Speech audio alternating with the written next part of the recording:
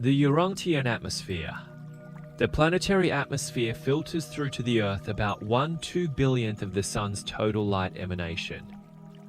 If the light falling upon North America were paid for at the rate of 2 cents per kilowatt hour, the annual light bill would be upward of $800 quadrillion.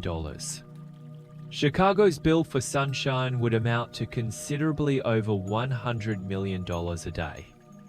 And it should be remembered that you receive from the sun other forms of energy. Light is not the only solar contribution reaching your atmosphere. Vast solar energies pour in upon Urantia, embracing wavelengths ranging both above and below the recognition range of human vision. The Earth's atmosphere is all but opaque to much of the solar radiation at the extreme ultraviolet end of the spectrum.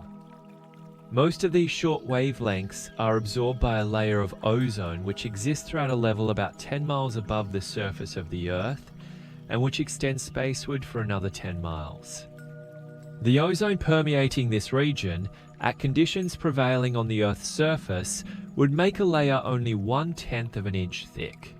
Nevertheless, this relatively small and apparently insignificant amount of ozone protects Urantia inhabitants from the excess of these dangerous and destructive ultraviolet radiations present in sunlight.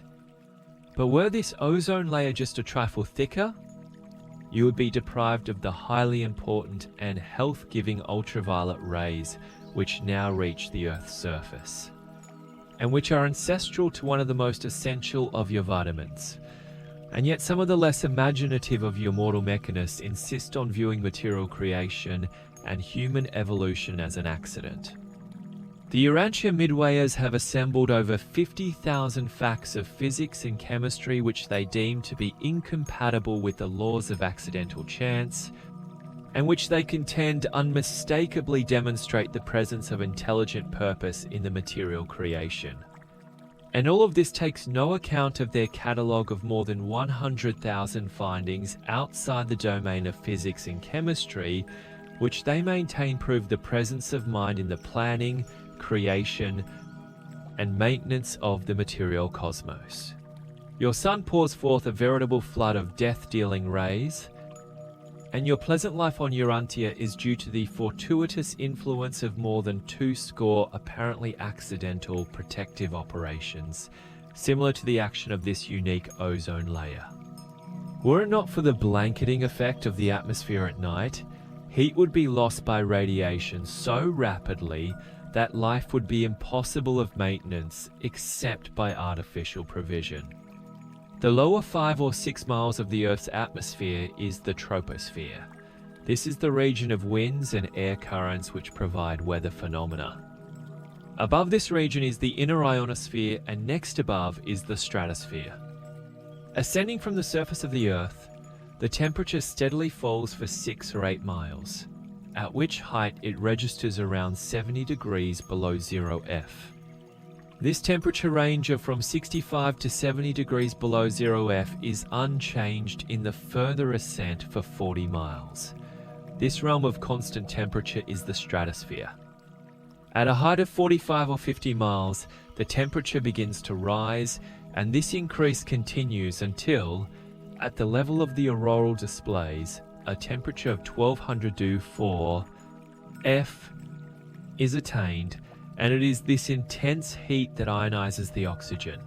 But temperature in such a rarefied atmosphere is hardly comparable with heat reckoning at the surface of the Earth.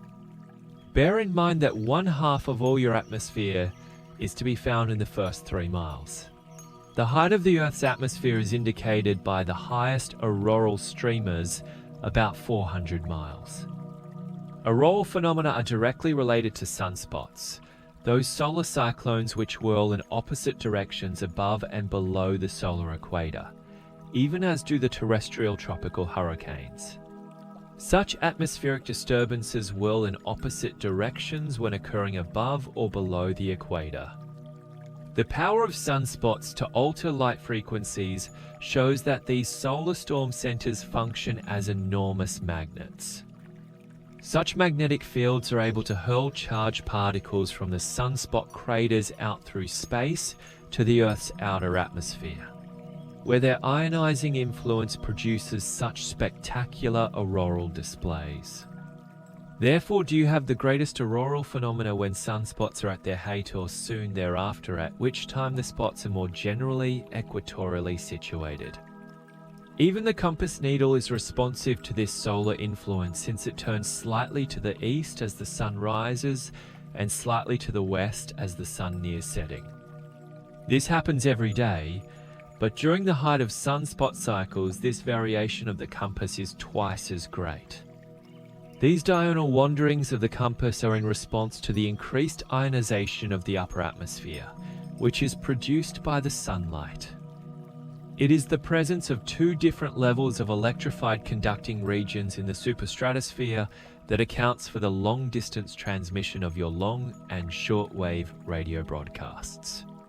Your broadcasting is sometimes disturbed by the terrific storms which occasionally rage in the realms of these outer ionospheres.